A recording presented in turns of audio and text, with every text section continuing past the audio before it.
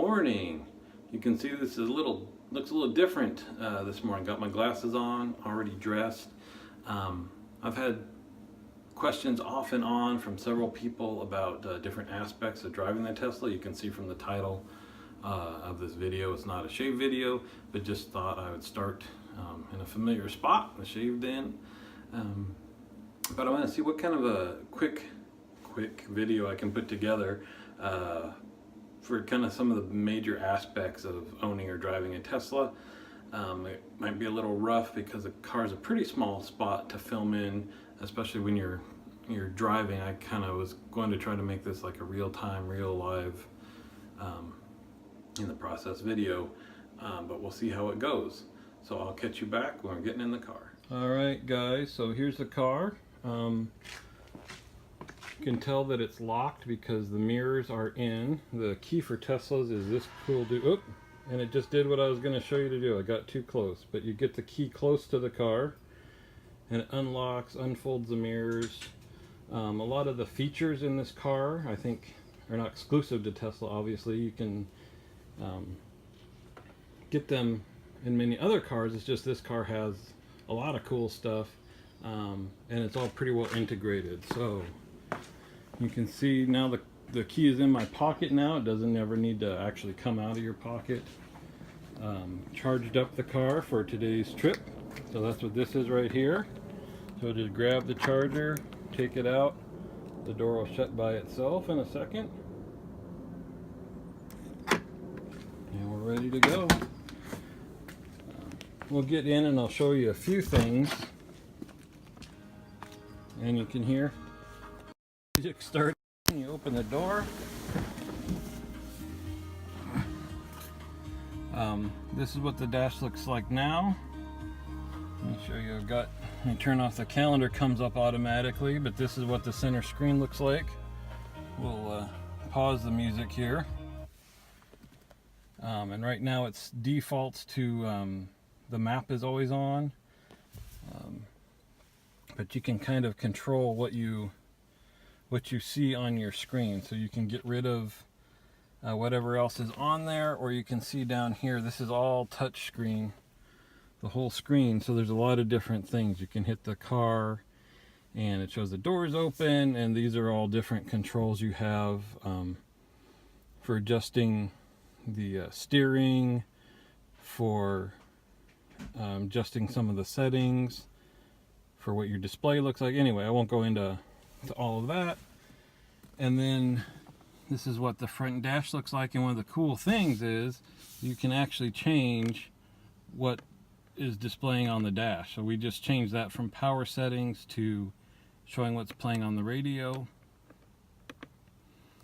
But like I said, we're going up to Napa today, so we're gonna navigate our course. Instead of having to type in an address, we'll type in the winery that we're going to. So we're going to Paradox, and you can see, just like on your phone, you don't have to know the address. It'll search for it. It'll show us the trip.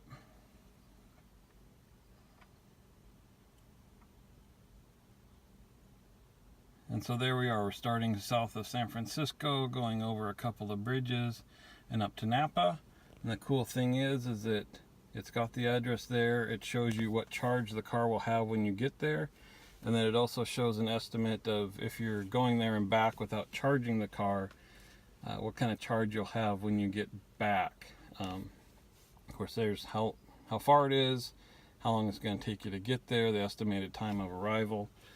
And then the other thing I'll show you on the map are all these little red dots are superchargers. So you can kind of see along the way, there's one right there. So we'll probably charge up on the way home just to make sure that we don't have to worry about how fast we're going or delays, that kind of stuff. So I'll get back with you when we're on the road. All right, so we'll start moving here. I haven't done anything yet. You can see it says that the car is off. So as soon as I put my foot on the brake, it's going to turn the car on. It's starting to move my seat into position. It's moving the steering wheel into position. Now I can move this. Now you can see we've got gear selectors. So to get the car moving, all you do is put your foot on the brake like I did, hit reverse. You can now see we've got a huge backup camera displayed, and here we go. And then this is set to, it'll automatically close the garage door after you're 20 feet away from your garage. Pretty cool. Alright, we're back, guys. I tried to get a shot coming over the Bay Bridge for a better view for you, but we're going into the sun. So right now, we went through San Francisco, we went over the Bay Bridge, now we're basically in Berkeley, headed north, and I'll show you what the autopilot feature does.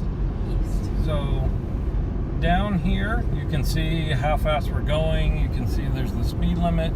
You can see in California that's not followed if possible. And then to the right of how fast we're going, at 71, 72, is a little steering wheel. The steering wheel shows that the car is sensing the lanes and that we can turn on autopilot. And we also know that by, you can see the road around the car has white lines on it. That means it's sensing where the lane is. You can also see the little cones going off the sides of the car, and that's kind of the radar, and it's sensing other cars and the barrier next to us and that kind of stuff. So all we're gonna do is, right now I'm driving it like any other car, and there's a lever on the left side that would normally be just kind of for turn on cruise control, and you can do that, but if we pull it twice quickly, it does that, and now we're in autopilot. So I have taken, here's my other hand, both hands are off the wheel now, my foot is off the gas, and it is doing all of the steering. So you can see it's sensing where the lane is.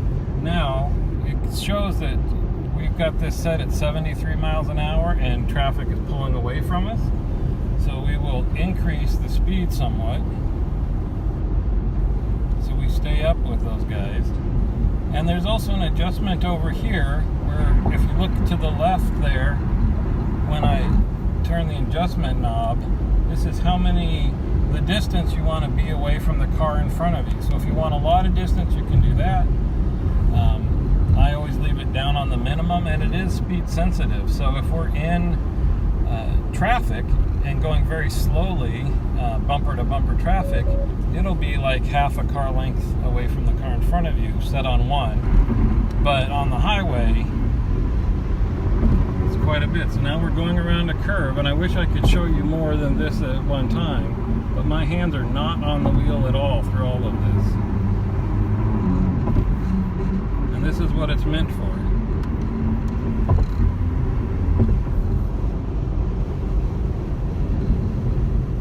So there you go. It gives me a little warning. I don't know if you saw that at the bottom there, but you need to keep your hands close to the steering wheel. So if you're not touching the steering wheel at all for a certain period of time, it'll give you a little warning that, hey, give it a little nudge, so you're not falling asleep or that sort of thing. But there you go. The other thing is over on the right hand side, that little graph there, that's energy use, and that shows you also the car kind of controlling. My foot is off the gas, and on that circle next to where it says KW, that shows you if you're using power or you're regenerating. So if it's above that like it is now, that's basically like the gas being on and there's electricity being used to power the motors. In this car, you do what's called one foot or one pedal driving most of the time, where you don't need your brakes in cases where you would in a normal car. And so we'll see if it does it here, but if you need to slow down a little bit, you lift your foot off the acceleration pedal a little bit, and the car's not going to just coast like it does in a gas car. It will start slowing down because of the regeneration of energy. The generator puts resistance under the wheels, and it's basically like braking, but just using the regenerative power of the motors versus the brakes. So brakes last a pretty long time on this car. But when that happens, you'll see that bar, instead of being orange, will go down the other way, and it'll show you green, showing that you're regenerating power to the battery. But you can see this entire time that I've been talking to you, that steering wheel's been lit up, and we're just rolling right along. So you can sit here and you can look out the sides a little bit and check out what's going on. Like I said, I wish I had a little bit better view for you than just this metro area. But it makes it a lot more relaxing. You do need to, watch what's going on in case something's stopped up ahead of you, or that type of a thing. But it makes it a lot more relaxing that not every second you're having to pay attention to, do I need to speed up or slow down, or am I in the lane, or paying attention to the curves, that kind of thing. So we'll be back later. All right, guys, here's our first stop, Black Stallion Winery. Gear Noir from the Shaving Cadre mentioned how it would be cool to have a video of the Tesla opened up on the back roads, and that's kind of the funny part, is that it's not exciting, I don't think, in a video to quote open it up, because there's no engine noise, there's no transmission in this car, it's just motors turning faster. So what I thought I would do is, we got a little straightaway here, I'll get over these speed bumps and then I'll floor it for you, and you can hear what being floored in a Tesla is like, but it's just the whine of the motors, which is kind of eerie, and it's something that you just have to experience, because to be going to 0 to 60 pretty quickly and not feel the shifting, not hearing the motor roaring away and all that stuff, is a totally different experience. So here we go.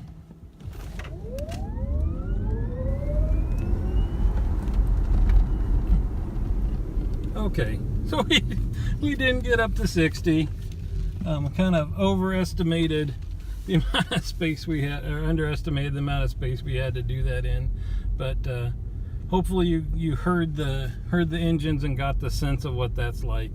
And maybe we'll try it again on the highway. All right, Gear Noir ready. We're gonna floor it on the back roads of Napa.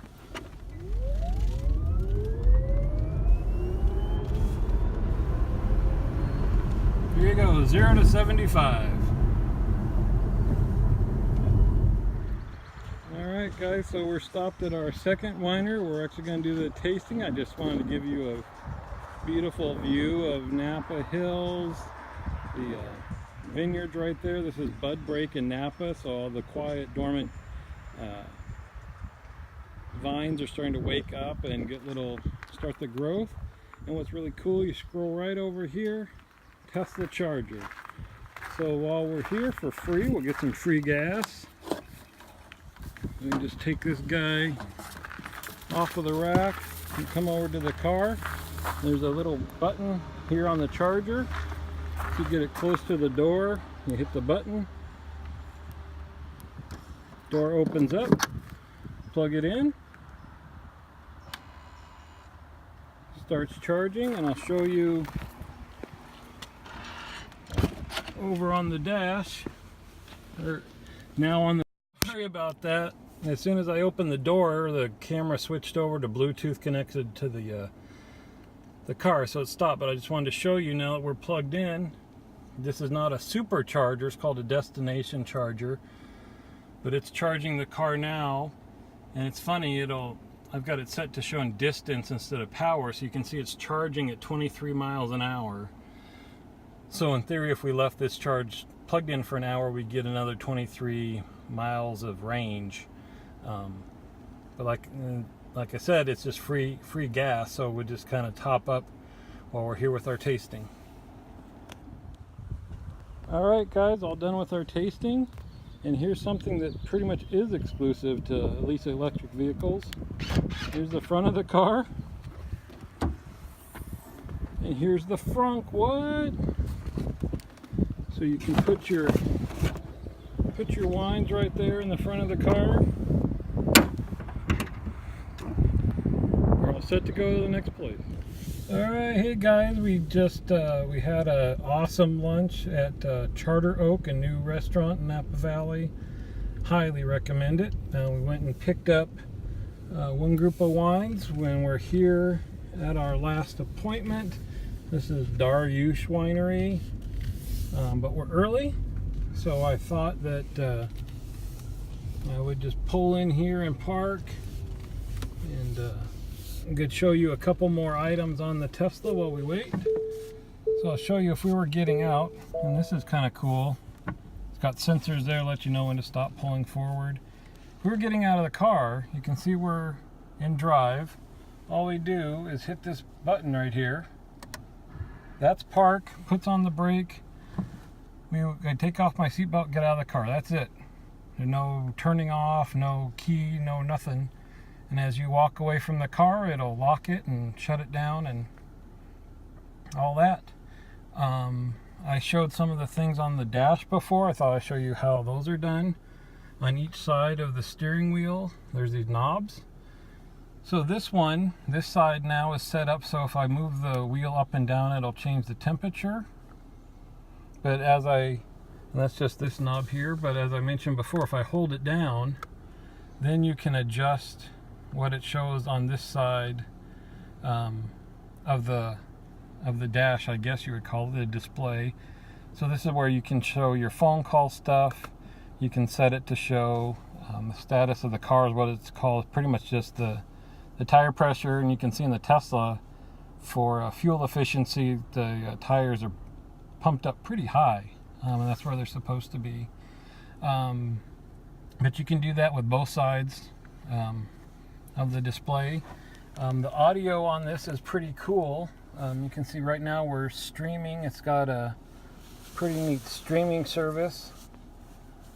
So let's see how sometimes cellular service is somewhat spotty here in Napa, but you can see you can pick from, all sorts of different types of streaming services. And then all these you can thumbs up and thumbs down to kind of customize the channels for you. Of course, you've got the standard radio that you can pre-program in, but then you also have tune-in radio, which are radio stations. Same thing, you can browse, I believe, by what type of music it is. And then these are radio stations from all over the place. And you can just click on one and start listening. So there you go. You can see you get Phoenix, Arizona, Canada, Australia. We were listening to music from Switzerland the other day. So basically any type of music you want, in addition to connecting your phone, obviously, via Bluetooth. We'll get rid of that.